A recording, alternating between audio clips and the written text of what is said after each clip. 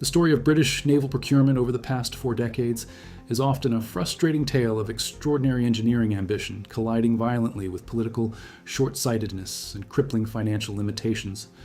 Nowhere is this contradiction more perfectly embodied than in the Royal Navy's Astute-class hunter-killer submarine. To understand this leviathan of the deep, we must first look at the strategic environment of the early 1990s, a time when the collapse of the Soviet Union convinced Western governments that the era of great power competition was over. During the Cold War, the Royal Navy maintained a robust, highly capable fleet of Swiftsure and Trafalgar-class submarines designed explicitly to hunt Soviet ballistic missile boats in the freezing depths of the North Atlantic. But as the Berlin Wall fell, the Ministry of Defense eagerly cashed in the so-called peace dividend, slashing defense budgets and, crucially, pausing all new submarine design work for a decade. This deliberate hiatus effectively dismantled the indigenous British defense industrial base, scattering thousands of veteran draftsmen, engineers, and specialized shipyard workers to the winds of civilian employment. When the time finally came to replace the rapidly aging Trafalgar-class fleet, the British government realized they had committed a catastrophic strategic blunder. They had lost the institutional memory required to build a nuclear-powered attack submarine from scratch. The resulting project, initially intended to be a cheap, heavily automated, off-the-shelf replacement, mutated into a sprawling, hyper-complex endeavor that nearly bankrupted the naval procurement budget. The Astute-class was born not from a smooth, continuous evolution of naval architecture, but from a panicked, desperately expensive resuscitation of a dying industry. It is a machine that perfectly encapsulates the modern British military paradox. It is arguably the most acoustically advanced, sensor-rich submarine on the planet, possessing a lethal capability that rivals or exceeds anything produced by the United States or Russia. Yet, at nearly £2 billion per boat, it is a weapon system that the United Kingdom can barely afford to build, struggles to maintain, and finds increasingly difficult to crew. If detailed technical breakdowns of military history and British combat engineering interest you, subscribe. I have got more of these coming. The cascading failures of the Astute program began in the drafting rooms of the BAE Systems shipyard in Barrow-in-Furness, driven by an arrogant over-reliance on unproven digital technology. The Ministry of Defense proudly decreed that the Astute would be the first nuclear submarine designed entirely using three-dimensional computer-aided design software, completely eliminating the traditional labor-intensive wooden mock-ups that naval architects had used for a century to route pipes and cables. In theory, this paperless design process was supposed to save millions of pounds and shave years off the development cycle. In reality, the software chosen was originally developed for designing offshore oil platforms, structures that enjoy vast amounts of open space, unlike the claustrophobic, densely packed pressure hull of a submarine. Furthermore, the technicians operating the software lacked the practical, hands-on shipyard experience of the retired older generation. The digital models allowed for theoretical cable routings that completely ignored the physical realities of installation, failing to account for the bending radius of thick electrical conduits or the space a mechanic would need to wield a wrench. The consequences of this digital hubris were immediate and physically disastrous once steel was actually cut on the shipyard floor. When workers attempted to assemble the modular sections of the first-in-class HMS Astute, they found that bulkheads did not align, crucial piping systems intersected with structural support beams, and massive components simply could not be physically maneuvered into their designated spaces. The project ground to a halt as costs spiraled out of control, forcing the embarrassed Ministry of Defense to beg the American defense contractor, General Dynamics, the builders of the formidable Virginia-class submarine, to send teams of engineers across the Atlantic to untangle the mess. This transatlantic intervention saved the program from total cancellation, but it permanently shattered the illusion of British industrial self-sufficiency. By the time the first boat was finally launched, it was years behind schedule and hundreds of millions of pounds over budget, setting a grim precedent for the remainder of the production run. Despite the tortuous birth, the physical machine that eventually slipped into the waters of the Irish Sea is an undeniable marvel of thermodynamic and acoustic engineering. Measuring 97 meters in length and displacing 7,400 tons when submerged, the Astute is a massive vessel, nearly 50% larger than the Trafalgar-class boats it was built to replace. Visually, it lacks the sleek, predatory, streamlined aesthetic of Cold War submarines, presenting instead as a blunt, hydrodynamically optimized whale with a massive, boxy fin rising from its dorsal spine. This swollen silhouette was not an aesthetic choice, but a necessary compromise dictated entirely by the power plant chosen to drive the vessel. To save on research and development costs, the Ministry of Defense opted not to design a bespoke reactor for the new hunter-killer, but instead repurposed the Rolls-Royce PWR-2 pressurized water reactor. This immense nuclear plant was originally designed to propel the Vanguard-class ballistic missile submarines, vessels that are essentially underwater warehouses for nuclear-tipped tridents. Shoving a boomer-sized reactor into an attack submarine required the designers to dramatically increase the hull diameter, forever altering the boat's handling characteristics.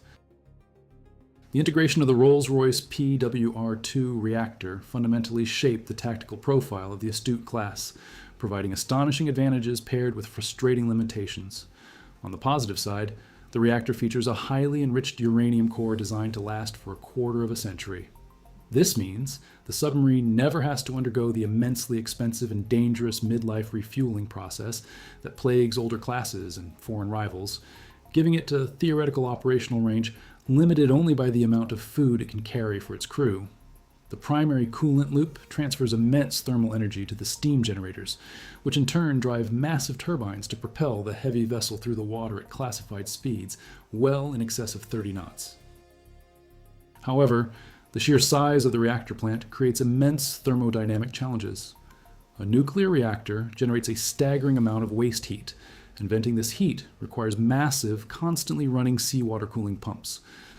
In the acoustic combat environment of submarine warfare, where noise is quite literally death, the continuous mechanical vibration of these pumps is a fatal liability. To silence the beast, British engineers engaged in a masterclass of acoustic isolation. Every single piece of rotating machinery, from the massive main turbines down to the smallest auxiliary cooling pump, is mounted on a massive raft structure suspended within the pressure hull by thousands of active computer-controlled shock mounts. These mounts counter-vibrate to cancel out the mechanical noise before it can transfer to the steel hull and radiate into the surrounding ocean. Furthermore, the traditional churning brass propellers of the past have been replaced by a highly classified pump jet propulsor. This device encloses a multi-blade rotor within a hydrodynamic duct, which slows the flow of water before it hits the blades. This delays the onset of cavitation, the physical phenomenon where the pressure differential on the edge of a fast spinning blade causes the water to boil, creating microscopic vacuum bubbles that collapse with a deafening high-frequency screech. The pump jet allows the Astute to maintain much higher tactical speeds without alerting enemy sonar operators to its presence. The exterior of the submarine is just as vital to its stealth profile as the internal shock mounts. The entire outer skin is coated in thousands of specialized anechoic tiles, thick, rubberized blocks engineered with microscopic internal voids. These tiles serve a dual purpose. They absorb the acoustic energy of incoming active sonar pings from enemy destroyers, preventing the sound from bouncing back to the receiver, and they act as a final dampening layer to muffle any residual internal mechanical noise. However, this brilliant theoretical solution has proven to be a relentless operational headache in practice.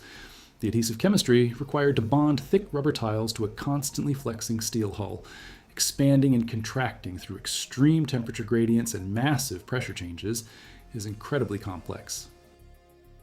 During high-speed maneuvers in the frigid, violent waters of the North Atlantic, the Astute-class has a notorious habit of shedding these expensive tiles like dead skin. Returning to port, missing large patches of its acoustic armor not only severely compromises the boat's stealth capabilities, but also creates a massive maintenance backlog, keeping the vessels tied to the pier while specialized teams painstakingly reglue the hull.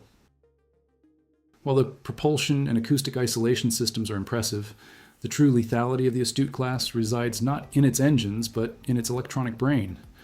A modern hunter-killer submarine is essentially a submerged data processing node. And in this arena, the British vessel is arguably peerless.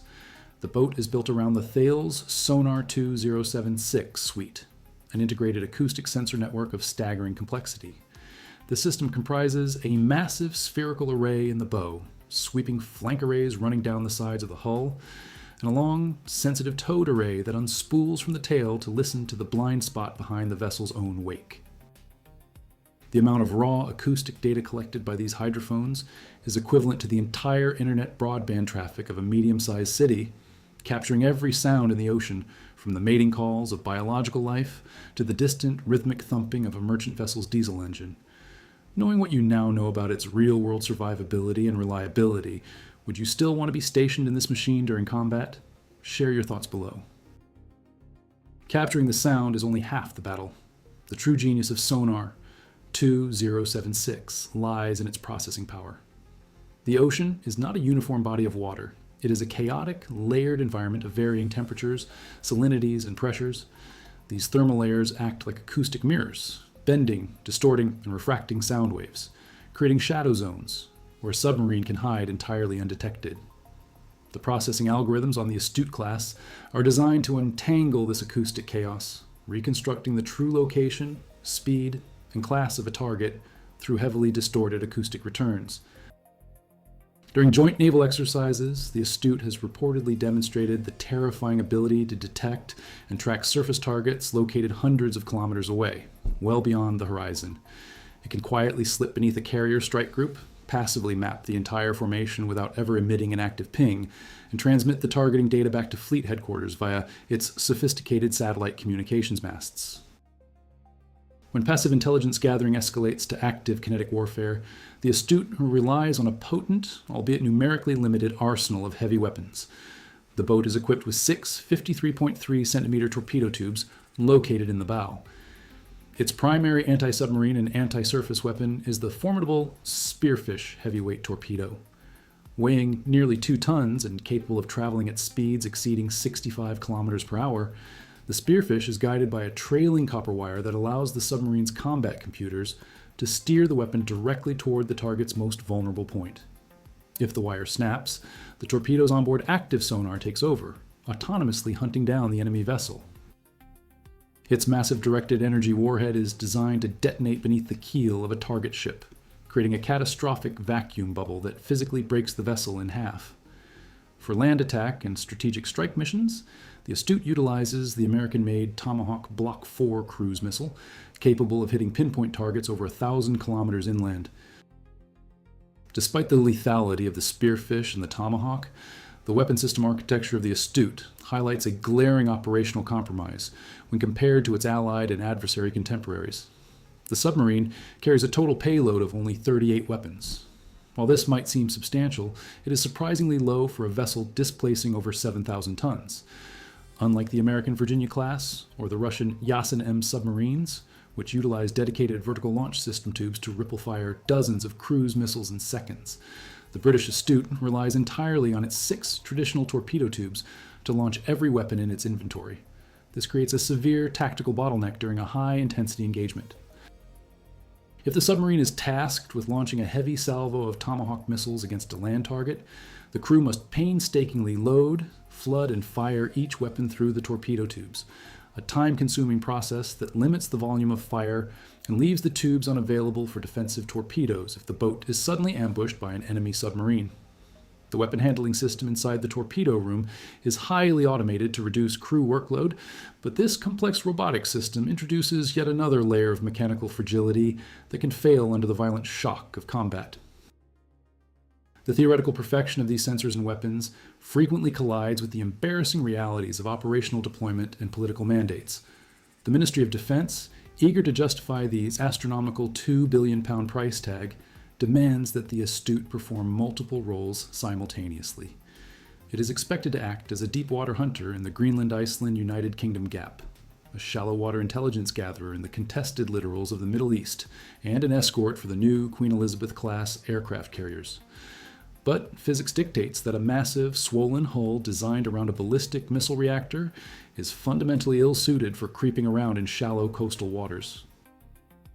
This reality was humiliatingly broadcast to the world in October 2010, when the brand new HMS Astute ran aground on a mud bank off the Isle of Skye during a seemingly routine transfer of personnel. The image of Britain's most advanced apex predator stuck helplessly in the mud, waiting for a civilian tugboat to pull it free while television news helicopters circled overhead, served as a stark visual metaphor for the dangers of operating such a cumbersome vessel in restricted littoral environments. The daily operational reality of the Astute-class is defined by a grueling battle against the elements, mechanical wear and tear, and a deeply entrenched logistical nightmare. Maintaining a fleet of high-performance nuclear submarines requires a robust, heavily funded support infrastructure, which the Royal Navy sorely lacks after decades of budget cuts. When these boats return to Her Majesty's Naval Base, Clyde at Fastlane after months of silent patrol, they do not just need a quick restock of food and fuel. The immense stresses placed on the hull by deep diving, the corrosive effects of salt water on delicate sensor masts, and the continuous shedding of anechoic tiles demand extensive, highly specialized maintenance. However, the same hollowing out of the industrial base that plagued the design of the submarine now plagues its upkeep. There's a critical shortage of qualified nuclear technicians and shipyard workers at Fastlane. As a result, Astute-class boats frequently spend years tied alongside the pier waiting for spare parts that must be custom manufactured, rendering them tactically useless and placing an unbearable operational burden on the few boats that are actually seaworthy. Beyond the engineering hardware and the logistical backlog lies the most critical and often overlooked component of the submarine, the human element. The Astute requires a crew of 98 highly trained officers and ratings to operate its complex systems, while the massive hull size means that the hated practice of hot bunking, where 3 sailors share 2 beds in shifts, has been largely eliminated. Life aboard the submarine remains an exhausting, claustrophobic ordeal. The interior is a densely packed labyrinth of pipework, glowing consoles, and heavy machinery, reeking of amine chemicals used by the air purification scrubbers to remove carbon dioxide from the artificial atmosphere. For up to 90 days at a time, the crew lives entirely cut off from the outside world, deprived of sunlight, fresh air, and meaningful contact with their families. The psychological toll of operating in a perpetual state of combat readiness, knowing that a single mistake could result in a catastrophic crush-depth implosion, is immense. This psychological pressure feeds directly into the Royal Navy's most severe existential crisis. They simply cannot find enough people willing to endure this life. You can construct a 2 billion pound submarine with the most advanced acoustic processing suite in the history of naval warfare. But if you cannot recruit and retain experienced sonar operators to stare at those screens, the boat is effectively deaf. The cultural shift away from the hard-drinking, aggressively isolated submariner culture of the Cold War toward a modern, highly educated technician workforce has not solved the recruitment deficit. The grueling deployment schedules, caused by the lack of available boats, mean that the sailors who do volunteer are worked to the point of exhaustion, leading to a hemorrhaging of senior talent into the much more lucrative civilian nuclear sector. The Ministry of Defense frequently resorts to offering massive financial bonuses to retain senior engineering officers, a desperate bandage on an arterial wound that threatens the very viability of the submarine service. To fully understand the paradox of the Astute, it must be compared directly against its global contemporaries, revealing the unique strategic compromises the British chose to make. The American Virginia-class submarine is longer, slightly heavier, and built with the immense advantage of economies of scale. Because the United States Navy orders them by the dozen, the unit cost drops significantly, and their dedicated vertical launch tubes make them devastating land attack platforms. However, American Acoustic's philosophy heavily favors raw processing power over absolute mechanical silence. In contrast, the Russian Yasin M class is a heavily armed, titanium-reinforced bruiser. Carrying massive, supersonic anti-ship cruise missiles, the Yasin M is designed specifically to smash through the defenses of an aircraft carrier strike group. It is fast, aggressively armed, and relatively noisy at high speeds compared to Western boats. Finally, the French Suffren class represents a completely different approach. It is much smaller, far cheaper, and utilizes a reactor fueled by low-enriched civilian-grade uranium.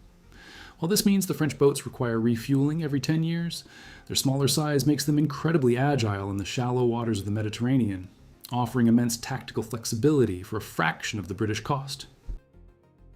The Astute sits awkwardly in the middle of these design philosophies. It is nearly as expensive as an American boat, yet lacks the sheer missile capacity to act as an overwhelming land attack platform. It is far larger and more cumbersome than the French boats, limiting its effectiveness in littoral zones.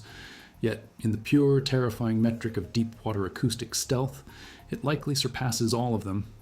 The combination of the pump jet propulsor, the massive rafting of the internal machinery, and the unparalleled sensitivity of Sonar 2076 means that in a theoretical one-on-one duel in the deep trenches of the Atlantic, the Astute would almost certainly hear its adversary first, shoot first, and survive. It is the ultimate evolution of the classic hunter-killer concept, an apex predator perfectly evolved for a Cold War ocean that no longer exists in a vacuum. Naval warfare, however, is not a series of isolated duels. It is a brutal industrial contest of availability, logistics, and continuous presence. The Ministry of Defense originally planned for a much larger fleet, but eventually capped the order at 7 boats due to the staggering cost overruns. Basic naval deployment mathematics dictate that for every one submarine actively on patrol, another is engaged in workup training, and a third is undergoing deep maintenance.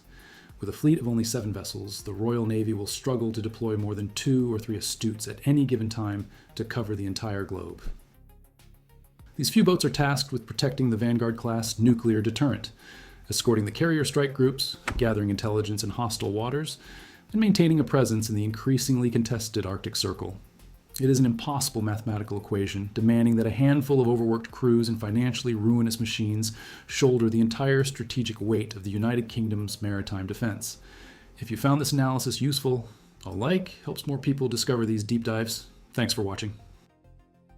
Ultimately, the Astute-class submarine will be remembered as a magnificent monument to British engineering brilliance and a damning indictment of political short-sightedness.